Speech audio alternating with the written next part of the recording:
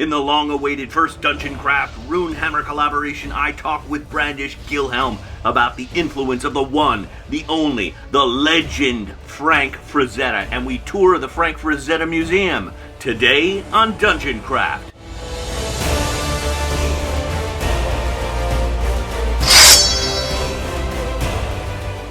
Welcome to DungeonCraft. I'm here with Hankerin Ferinale, RUNEHAMMER.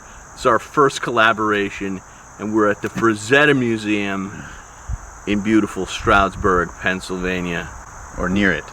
And I'm Deathbringer. Level up your game by subscribing and click the bell icon so you'll be informed whenever we upload new content. We're going to be going inside and we're going to be looking at the artwork of Frank Frazetta.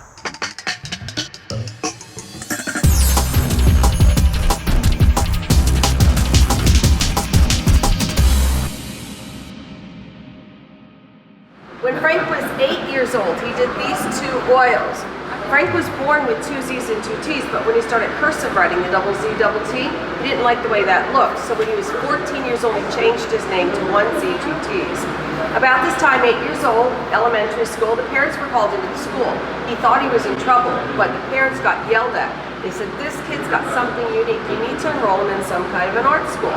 So being from Brooklyn, New York, they enrolled him in the Brooklyn Fine Academy of Art. There, the owner saw Frank had this amazing gift. It's Hankerin Ferinale. We're here at the Frank Frazetta Museum. We're looking at one of the walls, which is like his early work from when he was a kid. And it's kind of mind-blowing to give you a micro tour. This panther up here is only 9 years old. To me, it's like it's awesome because, well, you can see when somebody like really has it, like what their beginning would be like.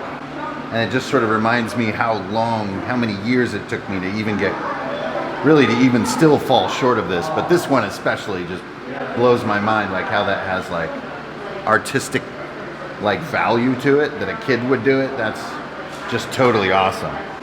So the fact that he was onto it that early is kind of both cool and frustrating.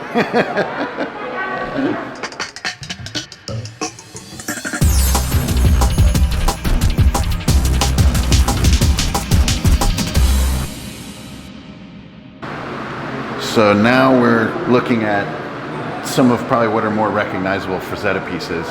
These aren't the super legendary ones, those are on the next wall. But these are all original too, which is kind of mind-boggling. We're just standing in front of these. But I think it's just, anybody who's done any art for any amount of time knows the kind of talent it takes to just paint this. Not only to just do the execution, like the anatomy and all the lighting is so cool, but to invent what was an unimagined world back then. Like these sort of worlds are familiar to us now, but in his time, he was like inventing this, you know, like the kind of the moon fighting man with the sort of beautiful girl, or like the ape men and the kind of battle axe kind of look. That's common now, but he was inventing it while also painting it. And that's just like, that's why he's such a legend.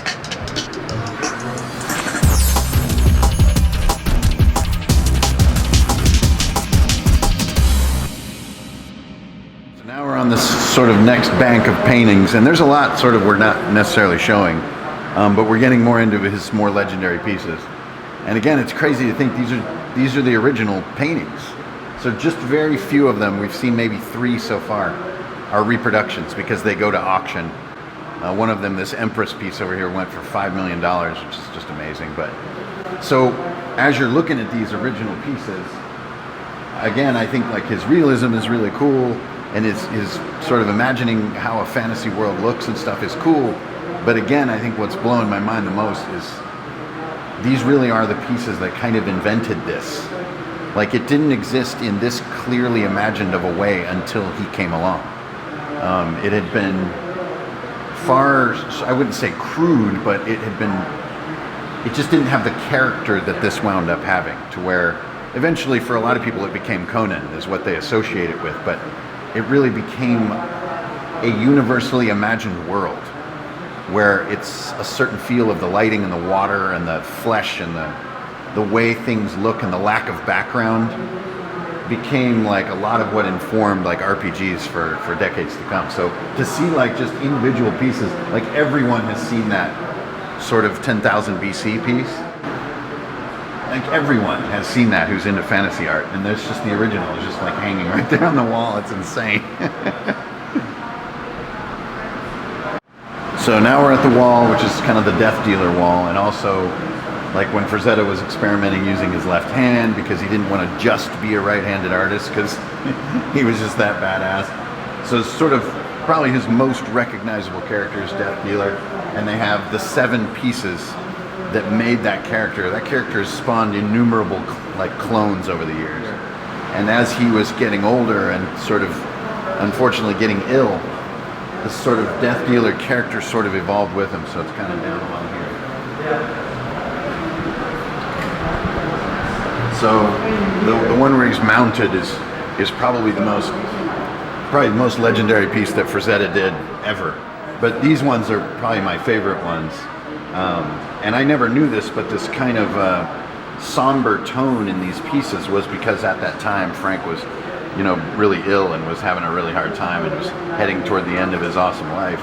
So in the bottom piece, he kind of accidentally gave this sort of frailty to the character, and then he redid the piece up here on top for the much like more like kind of stronger silhouette and a stronger piece in general. And even the head, like that head looks kind of sad, and this one is back to being the ultimate badass. So the amount of characters that are clones of Death Dealer cannot easily be listed.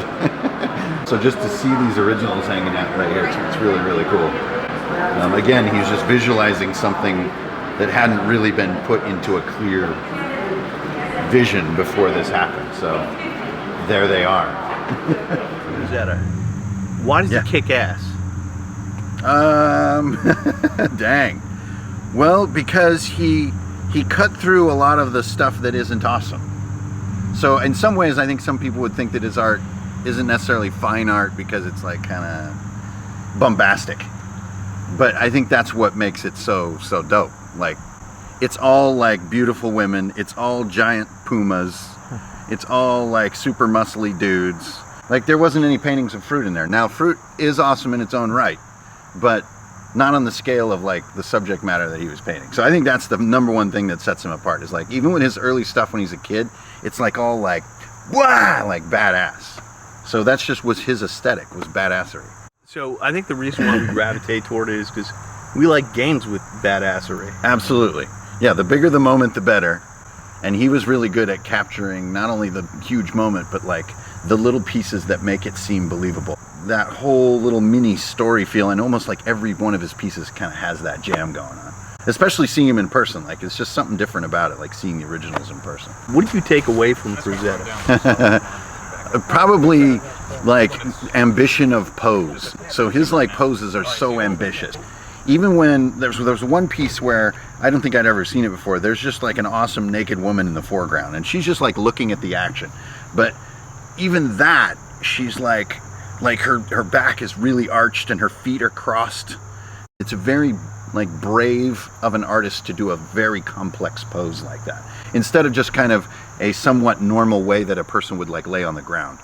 He would kind of, you know, bend it and push it further. I need more of that in my work. Since I'm like a complete hack, I don't have that sense of 3D space that he had mastered when he was like 10 years old. And I'm like in my 40s. So I need to focus on what I can do, but I love his poses, and everybody loves his poses. It's like his barbarian poses, you know, their arms are already like, you know, always really twisty, and it's just amazing. It's always dynamic, even when people are still in his paintings. Yeah, like with dynamic. Death Dealer, where he's like this, and clearly like Frazetta thought this was dope because there's multiple iterations of it, right? Yeah. But even just doing that, he could sense that there's like, you know, there's like a horn blowing in the background when you feel that pose. And I think like Boris Vallejo did a lot of this stuff too. And they're kind of from a similar school. They both like studied bodybuilders, and you know how bodybuilders kind of always look like they're inhaling.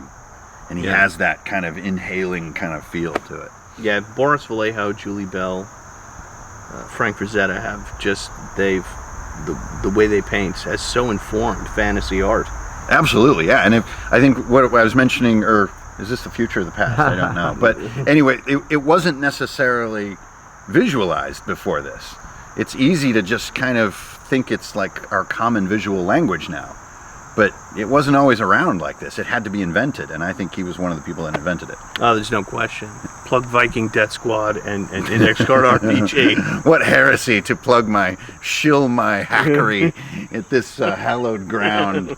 Well, yeah, I have two new books coming out, Index Card RPG Master, and then I also have Viking Death Squad, which is more my sort of new frontier. And I guess it's somewhat appropriate. It's definitely inspired partially by Frazetta, and by that era too. Like that same era was like the era of like Black Sabbath and like long Corvettes and like cool brown things. Yeah. You know what I mean? And like I like all those things, like orange stripes that are like have a yellow stripe in the middle, and like Captain America t-shirts. All that stuff was coming about in the same era, like sort of the end of the 60s and the middle 70s. And Viking Death Squad, which is kind of my new book, is largely informed by that Black Sabbath kind of aesthetic. So, but it feels silly to mention it like in a place like this. This is like an actual person that made an actual difference. I'm just some guy. I'm a purveyor of turnips. Well, a lot of people are going to have fun with Viking Death Squad and the new iteration of I hope so, yeah. Index Card RPG, which you can get below. There's a link to that below. Also below, you'll find a link to DungeonCraft on Facebook and Patreon. And a link to the Frazetta Art Museum in East Stroudsberg, Pennsylvania. They are open Thursday to Sunday from 10 a.m. to 4 p.m. Thanks to the Frazetta family for showing us and allowing us to film around the museum. If you get a chance to go, it is well worth it. And you can always check out more DungeonCraft content right over here. May all your rolls be 20s. Deathbringer again. I am not a clone. I am an homage. If it works for Quentin Tarantino, it'll work for me. Now click on more DungeonCraft.